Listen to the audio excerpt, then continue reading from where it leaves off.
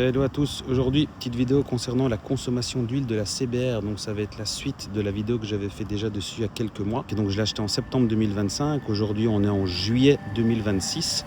Le problème a été déclaré, je pense que ça devait être aux alentours de décembre de l'année passée, donc décembre 2025. Au jour d'aujourd'hui, rien n'est fait de la part de Honda. J'ai reçu une lettre qui me disait qu'effectivement ma moto était concernée par le rappel concernant la consommation d'huile anormale. J'ai été chez mon concessionnaire aujourd'hui qui a de nouveau fait l'appoint. Depuis que j'ai la moto, j'ai déjà fait 4 appoints d'huile. Ça dépend, parfois ils mettent 0,5, parfois ils mettent 0,2, enfin ça dépend, c'est vraiment pas constant. La moto a 4000 km, elle roule super bien, je suis super content. Là cette année j'ai eu l'occasion déjà de faire 3 track day, Zolder, Mettey et Spa-Francorchamps.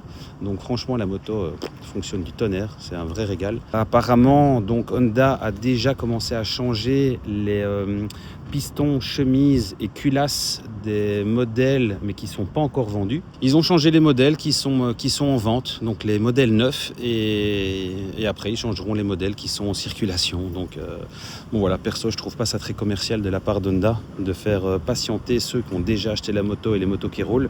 Surtout que si vous cassez votre moteur parce qu'il n'y a pas assez d'huile dedans, ça sera pour votre pomme. Apparemment, c'est des mécaniciens japonais qui viennent en Europe. Votre moto, elle part pour 3 semaines de réparation, pas de moto de remplacement. Donc voilà, de nouveau, service pas au top. Le problème, je pense, donc ça date de décembre, donc ça fait presque 7 mois que le problème est connu. Et voilà, et les gens, ils roulent toujours avec leurs problèmes de consommation d'huile. Donc voilà, s'il y a des gens de Honda qui regardent la vidéo, et voilà, si vous pourriez en dire plus, mais en tout cas le service pas cool. En plus c'est vraiment pas agréable de chaque fois aller chez le concessionnaire pour faire l'appoint d'huile. Alors heureusement qu'ils font pas payer, mais voilà, c'est pas agréable parce que chaque fois il faut prendre le temps d'aller le faire. Ou sinon c'est une super moto, je la recommande à tout le monde. Et pour ceux qui hésiteraient à l'acheter, là maintenant vous allez acheter une moto où les pièces ont été remplacées et il ne devrait plus avoir cette problématique. Donc j'ai envie de dire foncez. Mais voilà, pour le service on reverra. Donc